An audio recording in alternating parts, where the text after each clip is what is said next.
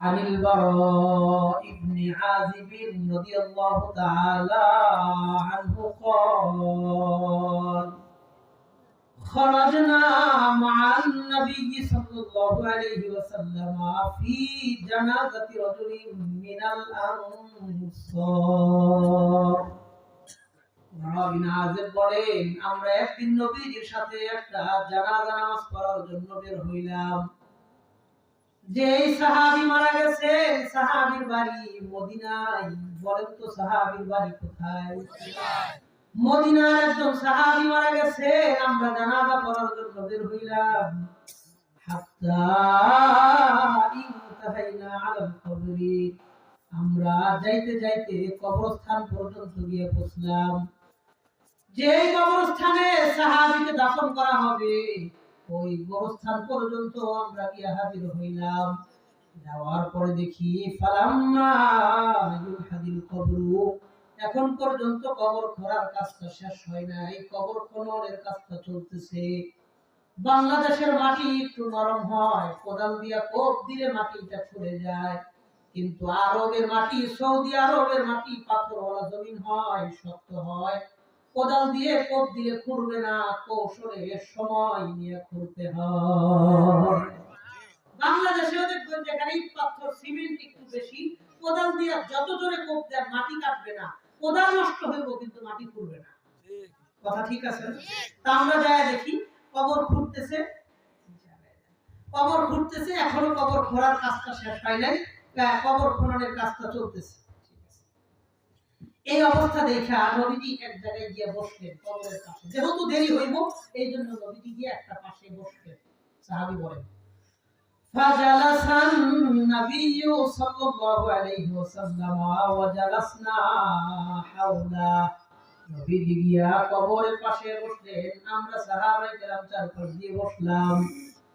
সকলের মন খারাপ। সাহাবী বলেন কান্না আলা রুসিনা তায়্যির, কেমন যেন আমাদের মাথার উপরে পাখি বসা। একজন মানুষের গায়ের উপরে পাখি বসলে লোকটা যেমন নড়াচড়া করে না, আমরা সাহাবায়ে কেরাম এমন চুপচাপ বসে রইলাম, কেউ কোনো নড়াচড়াই করে না। সকলে মাথাটা নিচের দিকে দিয়া আমরা যখন চুপচাপ বসে রইছি, ফারাফা রাসাহু, হঠাৎ করে আল্লাহ নবী মাথাটা উঠাইলেন, আমাদের দিকে তাকাইলেন। আমাদের দিকে তাকানোর পর সাহাবায়ে কেরামদেরকে উদ্দেশ্য করে বললেন ইস্তাইযু বিল্লাহি মিন আযাবিল কবরি, আমার সাহাবায়ে কেরাম তোমরা সবাই আল্লাহর কাছে কবরের আযাব থেকে পানা চাও। সাহাবী বলেন ক্বালা লানা হাযা মাররাতাইনি আও সালাসা, নবীজি আমাদেরকে এই কথাটা বললেন 2 অথবা 3 বার। বলেন তো একটা কথাই যদি 2 বার কিংবা 3 বার বলা হয় ওই কথাটার গুরুত্ব কম থাকে না বেশি থাকে? আল্লাহ নবী বললেন তোমরা আল্লাহর কাছে কবরের আযাব থেকে বেশি বেশি পানা চাইবা। এরপর নবীজি বললেন শোনো, ওয়া ইন্নাল আবদাল মুমিনা ইযা কানা ফি ইনকিতাইন মিনাদ দুনিয়া ওয়া ইকবালিন মিনাল আখিরাহ, একজন মুমিন মানুষ যেদিন দুনিয়া থেকে বিদায় নিয়ে আখিরাতের দিকে রওনা করবে, মুমিন লোকটা ভালো মানুষ ছিল, দুনিয়া থেকে যেদিন বিদায় নিয়ে আখিরাতের দিকে যেদিন রওনা করবে, মারা যাবে, এই দিনটাই তার দুনিয়ার শেষ দিন। নবী বলেন নাজারাত ইলাইহি মিনাস সামাই মালাইকা, এই লোকের আত্মাটাকে কবজা করে নেওয়ার জন্য আসমান থেকে বিশাল বড় একটা ফেরেশতা জামাত ওই বাড়িতে আল্লাহ পাঠিয়ে দেন। আল্লাহ বলেন যাও, আমার ওই বান্দা আজকে আমার কাছে আসবে, সেজন্য একা একা না আসে, তোমরা গিয়ে রিসিভ করে সম্মান জানায়া সংবর্ধনা দিয়া সুন্দর করে আমি আল্লাহর কাছে তাকে নিয়ে আসবা। সুবহানাল্লাহ। নবীজি বলেন হাত্তা ইয়াজলিসু মিনহু মাদ্দাল বাসার, এই ফেরেশতা ইমানদার বাড়িতে আসার পর লোকটা যত দূর পর্যন্ত দেখতে পারে তার চোখের দৃষ্টি সীমানা পর্যন্ত রাস্তার 2 পাশ দিয়ে দাঁড়ায় যায়, ইমানদার ব্যক্তিটার আত্মাটাকে স্বাগত জানানোর জন্য। লোকটা যত দূর দেখতে পারে তার চোখের দৃষ্টি সীমানা পর্যন্ত রাস্তার দুই পাশ দিয়ে দাঁড়ায় থাকে, এই আত্মাটা যাবে, তাকে সংবর্ধনা জানাবে, তাকে স্বাগতম জানাবে। নবীজি বলেন ওয়ায়াতি মিন বাইনিহিম মালাকুল মাউত, এই দাঁড়ানো ফেরেশতাদের সামনে দিয়ে হাইতে হাইতে মালাকুল মাউত আসতে থাকে। আজরাইল যিনি জান কবজ করবেন, ওই আজরাইল তাদের সামনে দিয়ে হাইতে হাইতে আসতে থাকে। আল্লাহর নবী বলেন ওয়া মাআহু শাইআন, আজরাইল মালাকুল মাউত ইমানদার ব্যক্তির জন্য দুইটা জিনিস নিয়ে আসে। একটু মনোযোগ দিয়ে কোন কয়টা জিনিস নিয়ে আসে? এক নাম্বার নবীজি বলেন মাহু কাফনুন মিন আকফানিল জান্নাহ ওয়া হানুতুম মিন হানুতিল জান্নাহ। এক নাম্বার ইমানদার ব্যক্তির জন্য মালাকুল মাউত জান্নাত থেকে একটা কাফনের কাপড়, দুই নাম্বার জান্নাত থেকে একটা আতরের কৌটা নিয়ে এসে হাজির হয়ে যায়। একটা কাফনের কাপড় আনে, খেয়াল করেন, একটা কাফনের কাপড় আনে, একটা আতরের কৌটা আনে, দুইটা জিনিস নিয়ে তার কাছে আসে। নবীজি বলেন ওয়ায়াজলিসা ইনদা রাসিহি মিন জানিবিহিল মাইমান, মালাকুল মাউত আইসা লোকটার মাথার ডান পাশে বসবে। লোকটা যদি ভালো হয় আজরাইল তার মাথার ডান পাশে বসবে, আর লোকটা যদি বেনামাজি হয় গুনাহগার হয় তাহলে আজরাইল তার মাথার বাম পাশে বসবে। বলেন তো লোকটা যদি ভালো হয় কোন পাশে বসবে? লোকটা যদি বেনামাজি গুনাহগার হয় তাহলে কোন পাশে বসবে?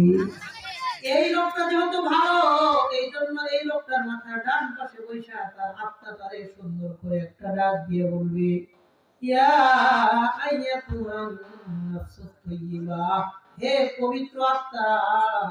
ইমানদার ব্যক্তির আত্মাটাকে পবিত্র আত্মা বলে ডাক দিয়ে দেয়।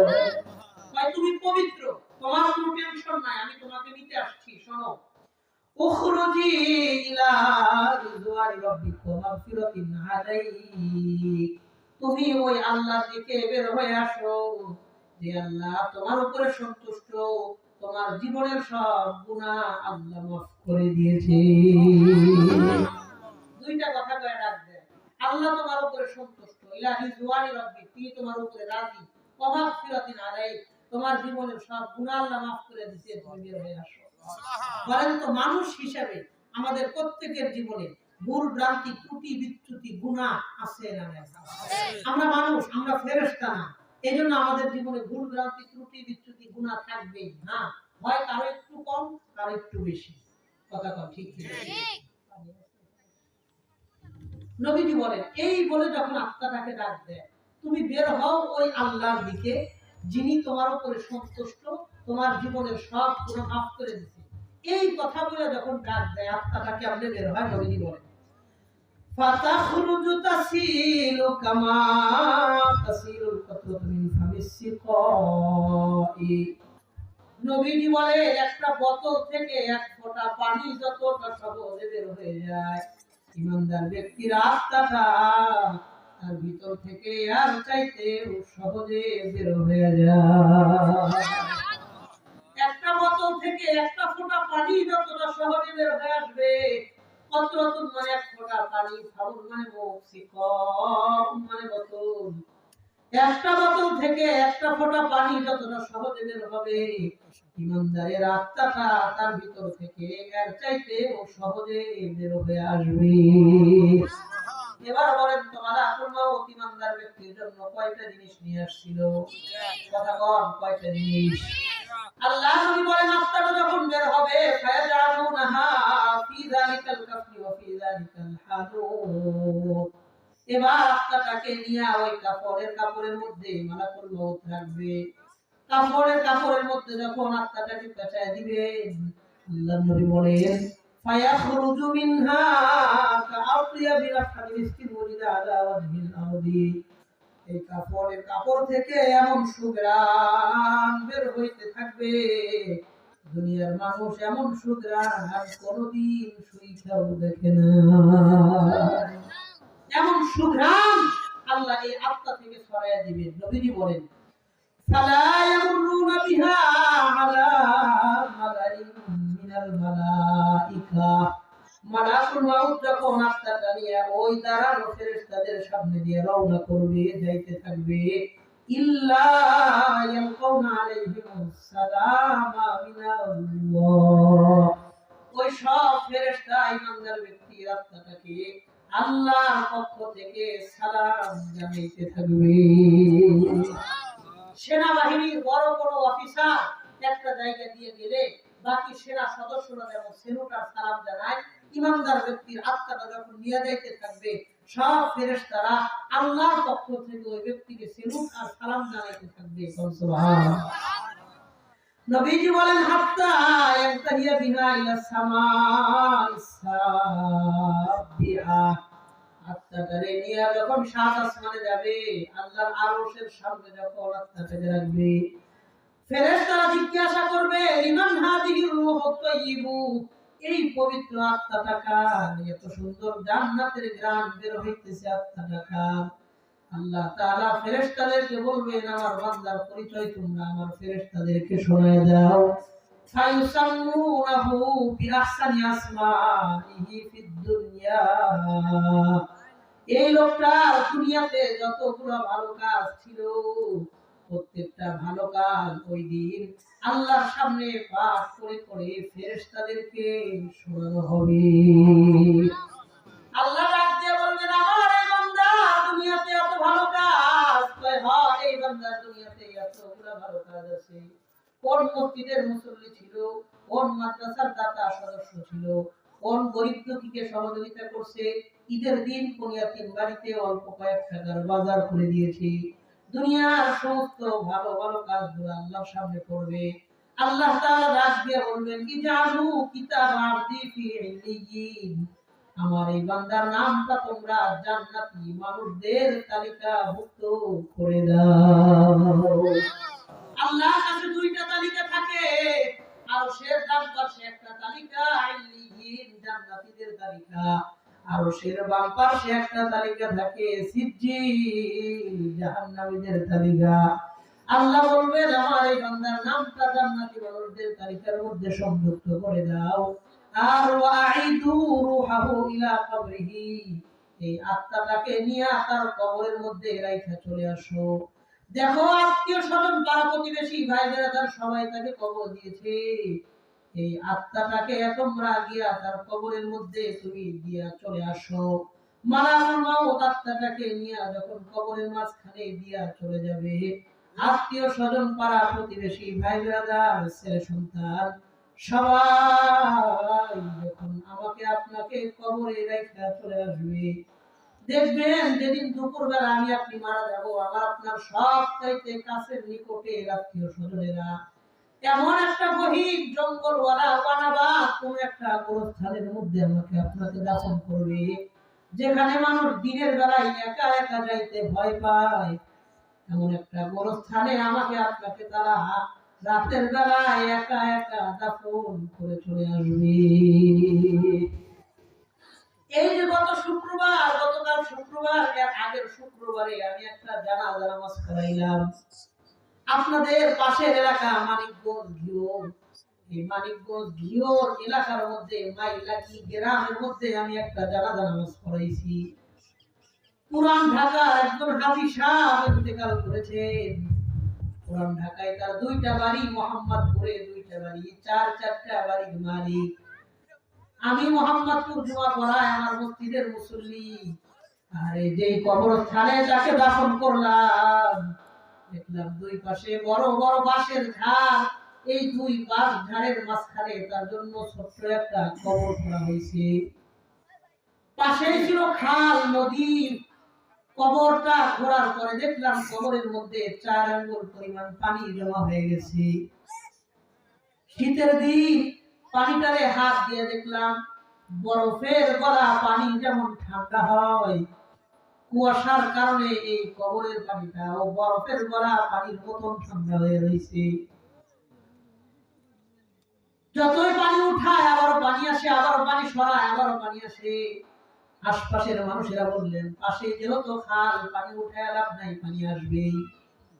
হাজী সাহেবের লাশটা পাতলা পাতলা 3টা কাপড়ের কাপড় দিয়া মোড়ানো। বড় সন্তানের নাম আব্দুর রহমান, ছোটটার নাম আব্দুর রহিম। দুইটা ছেলে, চারটা মেয়ে, 6 ভাই বোনের সংসার। বড় দুইটা সন্তানকে দেখলাম, আব্দুর রহমান আর রহিমকে দেখলাম কবরের মধ্যে নাই মা। নিজের বাবার লাশটারে নিজে হাত দিয়া তারা দুই ভাই কবরে নামাইছে। শীতের দিন, পড়া শীতের মধ্যে বিছানা নাই, ওই ঠান্ডা পানির মধ্যে নিজের বাবার লাশটা তারা শোয়া দিছে। আমি মনে মনে চিন্তা করলাম, এই হাজী সাহেব জীবনে কোনোদিন তার কোন সন্তানদের শীতে কোনোদিন কষ্ট দেয় নাই। হাজার হাজার বাবা নিজেরা কষ্ট করে, সন্তানদের কোনোদিন কষ্ট দেয় না। নিজে অসহ্য পরিমাণ কষ্ট সহ্য করে নেয়, কোনোদিন নিজের সন্তানকে মুখ খুলে বলে না পর্যন্ত। আজ ওই সন্তান নিজের বাবার লাশটারে ওই পানির মধ্যে নিজের বাবারে শোয়া গেল। নতুন কাপড়ের মধ্যে যখন পানি লাগে, ওই পানিটা দেখবেন খুব তাড়াতাড়ি ছড়ায় যায়। কথা ঠিক আছে? 1 সেকেন্ড 2 সেকেন্ডের মধ্যে দেখলাম হাজী সাহেবের পুরো লাশের কাপড়টা ভিজে গেছে। আলাদা কোনো কাপড় তো লাশের গায়ে নাই, পুরাটা লাশ কেমন যেন উলঙ্গর মতন দেখা গেল। বড় সন্তান তাড়াহুড়া করে পায়ের কাছ থেকে চেহারার কাছে এসে নিজের বাবার লাশের উপর থেকে চেহারার কাপড়টারে সরাইয়া চেহারাটারে কিবলার দিকে ঘুরাইয়া কবরের দুই পাশে দুইটা হাত দিয়া ভর দিয়া কলিজা সেরা কষ্ট নিয়া বাবাকে আজীবনের জন্য বিদায় জানিয়ে চলে আসছে। খুব তাড়াহুড়া করে কিছু বাঁশ আর ধাড়ি আর চাটাই গুলা কবরের উপর দিয়া শোয়া দিয়া 1-1.5 মণ মাটি ওই কবরের মধ্যে চাপাই দিচ্ছে। মাটি যখন দেওয়া শেষ, দেখলাম উঁচা একটা জায়গা তৈরি হইল, মাটি দিয়ে উঁচা একটা অবস্থা তৈরি হইল। বড় একটা বাঁশের টুকরা নিয়ে দুইজন মানুষকে দেখলাম কবরের উপরের মাটিগুলা বাইরায়া মাটিটারে শক্ত করতেছে, যেন কোনো কুকুর শিয়াল যেন লাশের কোনো ক্ষতি করতে না পারে। আরে আসরের পরে জানাজা পড়াইছি, মাটি দিতে দিতে মাগরিব হয়ে গেছে। পাশে একটা বাড়িতে গেলাম, গিয়ে বললাম আমাদের কি একটু ওযুর পানি দেন, আমরা মাগরিবের নামাজটা পড়তে চাই। মাদ্রাসার ছোট্ট একটা ছেলে 1 কলসি পানি নিয়ে আসলেন। আমরা ওযু করে রুমের ভিতরে গিয়া যখন সুইচ দিলাম, এরকম বড় বড় দুইটা বাতি পুরা রুমটারে আলোকিত করলো। এত বেশি আলো হইল, একটা সুই পড়ে থাকলে সুই পর্যন্ত দেখা যায়। চারপাশ কুয়াশাচ্ছন্ন। গত সপ্তাহে এমনিতেই কুয়াশা বেশি ছিল, চারপাশ কুয়াশা দিয়ে ঢেকে গেছে, অন্ধকার, কিচ্ছু দেখা যায় না। আমি চিন্তা করলাম, আমি যেমন রুমটারে চাইলে আলোকিত করলাম, চাইলে রুমটারে অন্ধকার বানাইতে পারি। আমার জেহেনটা ওই হাজী সাহেবের কবরের কাছেই রইছে। চারপাশ তো অন্ধকার হইল, হাজী সাহেবের কবরের মধ্যে একটু আলো জ্বলবে কিনা আল্লাহ ছাড়া কারো জানা নাই। আমাকে আপনাকেও আমার আপনার সব চাইতে কাছে নিকটে আপন মানুষেরা কোন একদিন গহীন একটা জঙ্গলওয়ালা গোরস্থানে ছোট্ট একটা কবর খুঁড়ে আমাকে আপনাকেও তারা ওখানে রেখে আসবে। আমার আপনার কবরের মধ্যে একটু আলো জ্বলুক, একটু কবরের জিন্দগিতে কয়েকটা দিন ভালো থাকি, একটু আরামে থাকি, একটু সুখ আর শান্তি যেন কবরে পাই। ওই চিন্তা, ওই টেনশন আর ওই ফিকির দুনিয়াতেই আমার আপনার করার দরকার আছে না নাই? কথা বলা আছে না? আমি অনেক সময় একটা কথা বিভিন্ন জায়গায় বলি, এই যে দেখেন খুব সুন্দর করে নেদাউল কোরআন মডেল মাদ্রাসা মাহফিল, কত মানুষের নাম দিয়া কত সুন্দর করে এই পোস্টারটারে সাজানো হয়েছে, কত সুন্দর করে মেহনত করে পরিশ্রম করে রং দিয়া ঢং দিয়া বড় করে ছোট করে অনেক সুন্দর পরিশ্রম করে এই পোস্টারটারে সাজাইছে। কেমন যেন এই পোস্টারের মতন হলো আমার আপনার দুনিয়া। আমি আপনি দুনিয়ার জন্য কিছু না কিছু করছি। দুনিয়াতে হোক টিনের ঘরের বাড়ি, হোক ভাঙ্গা বাড়ি, ল্যাপ খাতা তোষক জগ বালিশ, যা কিছুই আছে আমগো বাড়িতে কিছু না কিছু কইরা দুনিয়াতে থাকার মতন একটা পরিবেশ করে দুনিয়াটারে সাজাইছি। কিন্তু ঠিক এই পাশটা হইল আমার আপনার আখিরাতের মতন কিচ্ছু নাই। কথা কর এই পাশটা যদি আমার আপনার দুনিয়া হয়, ঠিক এই পাশ হইলে আমার আপনার আখিরাত, কিচ্ছু নাই। আজ পর্যন্ত, আজকের এই 15 ফেব্রুয়ারি, এখন তো 16 তারিখ হয়ে গেছে, এই 16 ফেব্রুয়ারি পর্যন্ত, আজকের দিন পর্যন্ত আমার আপনার যত দিন বয়স হয়েছে, যত বছর বয়স হয়েছে, আমি আপনি এই সারা জীবনে যা কিছু করছি সব দুনিয়ার জন্যই করছি, আখিরাতের জন্য কিছু করিনি। কথা বল। যদি কিছু করেও থাকি, এটা এতটাই সামান্য পরিমাণে কিছু করছি যা উল্লেখ করার মতো কিছু করতে পারি। কথা বল। এই জন্য আমি সামনের কয়েকটা কথা বলবো, যে কথাগুলা আমাদের দুনিয়া এবং আখিরাতের কিছু উপকারে আসবে। সামনের কিছু কথা একটু আমলের নিয়তে কয়টা কথা শুনবো। রাজি আছি ইনশাআল্লাহ? এই যে হাদি সাহেবকে কবর দিয়ে আসছি, তার ভাতিজারা দামি দামি গাড়ি নিয়ে গেছে, সিআরবি, নিশান, হেরিয়ার, এক্সট্রাইল, এরকম দামি দামি গাড়িগুলো নিয়ে গেছে। 13 থেকে 14টা গাড়ি গেছে তার কবর দেওয়ার জন্য। দুনিয়াতে জায়গা, সহায় সম্পত্তি, বাড়ি সব আছে, ইজ্জত সম্মান সব ছিল, কিন্তু ওই কবরের মধ্যে তার আল্লাহ ছাড়া কেউ নেই। কথা কর। এই জন্য আমি আর আপনি তো দুনিয়া দুনিয়া করতে করতে আখিরাতকে ধ্বংস করে দিচ্ছি। এত ব্যস্ত হয়েছি দুনিয়ার কাজকর্ম নিয়ে, এখন আর নামাজ পড়ার সময় নেই। কথা কর। আমার কাজ করতে হবে, ব্যস্ততার কারণে আমার দুনিয়া আগাইতেছে, কিন্তু আখিরাত ধ্বংস হইতেছে। আমি আপনাদের একটা সহজ কথা বলি, আল্লাহ যদি আমাকে আপনাকে 500 বছর হায়াত দেন, 500 বছর, 500 বছর যদি আমি আপনি দুনিয়াতে থাকি, যেদিন মারা যাবো ওই দিনও দেখবেন অনেক কাজ বাকি। আমরা দুনিয়ার কাজ কোনোদিন শেষ করতে পারবেন না। এই জন্যই কোরআনে আল্লাহ বলেছেন, আমাল হায়াতুদ দুনিয়া ইল্লা মাতাউল গুরুর, দুনিয়ার জিন্দেগিটা হলো একটা ধোঁকা, দুনিয়ার জিন্দেগি একটা ধোঁকা।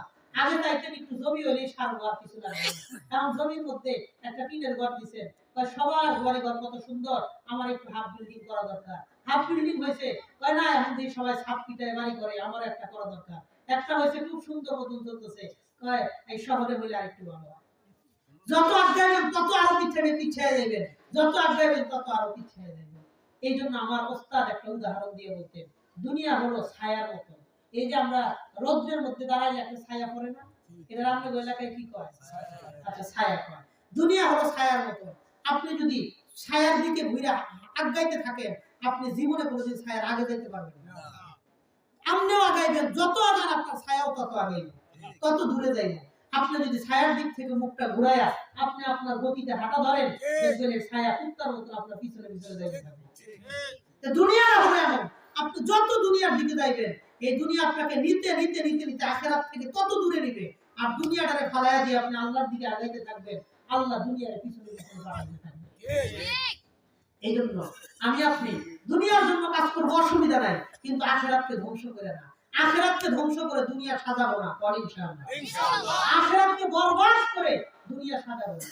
কামের বন্ধ হইছে, মা বোনদেরকে দেখবেন ধানের কাজ নিয়ে এত ব্যস্ত, জহরও পড়ে নাই, আসরও পড়ে নাই, মাগরিবও পড়ে নাই, এশার নামাজের পরে এখন গাও গোসল ধুইয়া গোসল করে 4 ওয়াক্ত নামাজ একসাথে পড়ে। আছে না?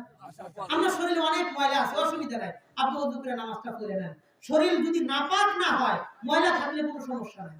কৃষক যদি গামছা বিছায় একটা পেরালে নামাজ পড়ে, নামাজ হইব না? আল্লাহ আল্লাহ আমাদের বোঝার তৌফিক দান করুন। তো ওই যে আবার শেষ হাদিসটা শেষ করি। নবীজি বলেন, লোকটারে যখন কবরের মধ্যে আত্মাটারে দিয়া মালাকুল মাউত যখন চলে যাবে, আল্লাহ নবী বলেন, ইয়াতি ফি কবরিহি মালাকান আসওয়াদান আজরুকান, তার কবরের মধ্যে নতুন করে 2 জন ফেরেশতা ঢুকবে। তাদের চেহারা হবে কালো, চোখ দুটো হবে নীল বর্ণের, ভয়ঙ্কর আকৃতি নিয়ে 2 জন ফেরেশতা আসবে। ইউকালু লিআহাদিহিমা আল মুনকার ওয়া লিল আখারি আন নাকির, একজন ফেরেশতাকে কয় মুনকার, আরেকজন ফেরেশতাকে কয় নাকির। মুনকার নাকির নামে 2 জন ফেরেশতা আসবে, ফায়ুদলিসানিহি ফি কবরিহি, তারে সুন্দর করে কবরের মধ্যে উঠায় বসাবে। বসানোর পর ফায়াকুলানি লাহু সালাসা, এই লোকটারে প্রশ্ন করবে 3টা। একটু মনোযোগ দিয়ে কোন প্রশ্ন করবে? কয়টা? 3টা। 1 নাম্বার ডাক দিয়ে বলবেন, মান রব্বুকা, তোমার রব কে? বলেন তো আমরা আপনার রব কে? আল্লাহ। আরে দিল থেকে আওয়াজ দিয়ে বলেন, আমার আপনার রব কে? 1 নাম্বার প্রশ্ন করবে তোমার রব কে, 2 নাম্বার প্রশ্ন করবে ওয়া মা দীনুকা, তোমার ধর্মের নাম কি? বলেন তো আমার আপনার ধর্মের নাম কি? 3 নাম্বার প্রশ্ন করবে ওয়ামান হাদার রাজুলুল্লাযী বুইতা ফীকুম। এই যে একজন মানুষের চেহারা দেখতেছো, এই লোক সম্পর্কে তোমার মন্তব্য কি?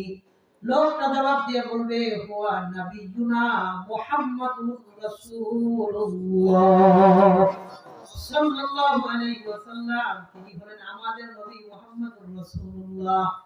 3টা প্রশ্নের জবাব যখন সঠিক হবে, না দা মুনাদি মিনাস সামা, আল্লাহ আসমান থেকে ডাক দিয়ে বলবেন নাম সাদাকা আবদি, আমার বান্দা 3 প্রশ্নের জবাবে যা বলছে প্রত্যেকটা জবাব সঠিক হয়েছে। সুবহানাল্লাহ। এবার আল্লাহ বলবেন শোনো, তার কবরের মধ্যে তোমরা 3টা পুরস্কার দিয়ে দাও। বলেন কয়টা পুরস্কার?